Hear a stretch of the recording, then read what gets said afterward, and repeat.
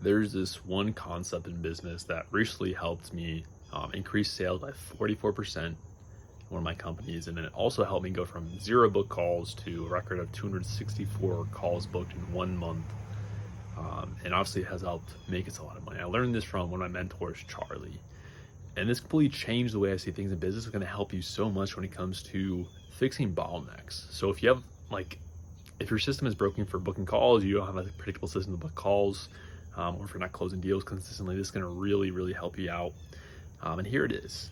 It's founded on Darwinism, or Darwinism. And if you're not familiar, basically what this is a theory from Charles Darwin, and this is basically the theory of natural selection. All right, basically that's the animals with the traits best fit for survival will survive and they'll reproduce. And so those winning traits will get passed down to their generations. Now, I'm getting all sciencey on you. Some of you might be tuning out, but really pay attention here because this will transform your paradigm. I promise you it's going to make sense in just a moment. So example of this, let's say we have, giraffes, and there's a giraffe with a long neck, and this giraffe with a long neck can reach this, food high up on a tree. And there's giraffe with a shorter neck who can't reach the food. And so pretty simple, what trait do you think is best fit for survival? Obviously the long neck giraffe. And so long neck giraffe is going to be more likely to reproduce, and then that trait's going to get passed down and survive. So same thing applies with business. Obviously, business is natural selection. Only the best businesses survive. There's so many businesses that go out of business every single year. It's because of natural selection. No one's buying their things. They don't have traits that are fit for survival. Now let's talk about those traits for a moment. What are the key traits you need to survive in business? First one is going to be a product market fit.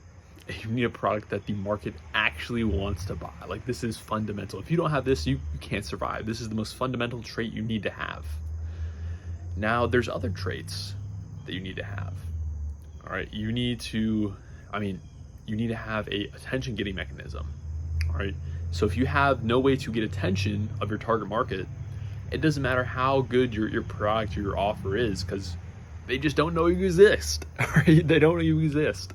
And so that's a very important thing you must have. You must have a sales system to convert people who know who you are now into actual customers in your business. You must have that. All right. There's finer traits of each individual system. So it can go down as far as when it comes time to marketing or copywriting. A good trait tends to be specificity. All right. When you say something more specific, it tends to be more believable. And so, for example, if I shared a testimonial that said, Jimbo went from,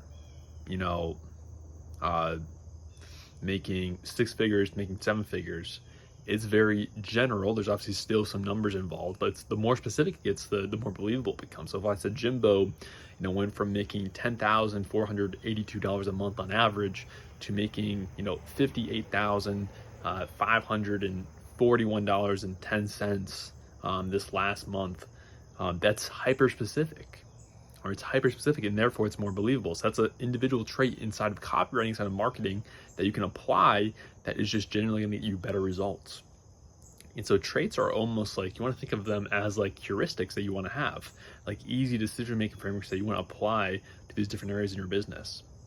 All right, so that's kind of a very high level of Darwinism applied to business and how that works, and traits for survival. Now, what did I do recently to increase sales by 44%? This is really important because this is going to help you out as well. So with all this in mind, with Darwinism and natural selection, what is the key to survival here? Why do species survive and some species don't survive? Why do some die out? Why do some businesses survive and thrive and some businesses die out? Well, the key is variation. The key is variation, especially if you're new into business. If you just started, if you're in the first year, first 2 years, if you're under, $50K a month, if you're newer into business, you need variation. All right, so let me explain. So let's say the giraffe example, let's say there was no variation in the gene pool and everyone had just had short necks. That, giraffes would die out. They would not be here today if that was the case, if there was no variation in the gene pool. All right, so same thing applies to your business. So let's say you're trying to get leads, using some certain method, and you just do the same thing over and over again that just does not work. I mean, what do you think is going to happen? There's no variation, and so you're doing the same thing over and over again that does not work, so you're going to die out. It's not going to work. But if you introduce variation, where you test things systematically, you test this one thing, you test this one stimulus, you see what the response is, you collect data, you make an iteration, you make an adjustment, you introduce variation to the system, all of a sudden you can run a new test new things, and with variation, comes survival.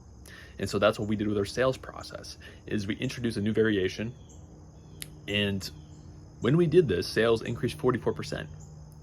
Now, really important caveat here is you don't just want to always introduce variation. So what do I mean by this? So now that our sales process is well above KPI, or key performance indicator, that basically means our sales process is at the metrics where we deem it very scalable and very efficient.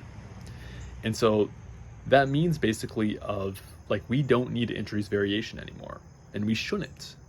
We shouldn't, because we're well above KPI. There's so many other things that we can work on that are just going to be higher return on investment and higher leverage for us. It just does not make sense to go from well above KPI to a little bit more above KPI. It doesn't make sense. There's other areas in the business that we can change and focus on for higher return on investment. And so that's what we're doing. And so that is the key here. So let me take a sip of coffee here. It's a cool mug, by the way. Anyways, variation.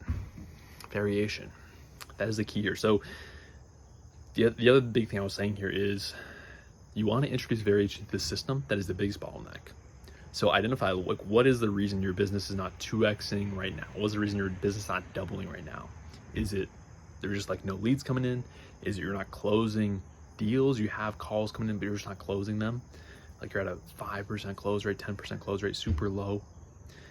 Introduce variation to the system that is failing, and do systematic tests, and do that over and over again until you're at KPI, until it's an efficient system. Then you don't need variation anymore. Once you're at KPI, focus on what's under KPI, introduce variation to that system until you get to KPI. That is the game. All right, that's why variation is key to growth.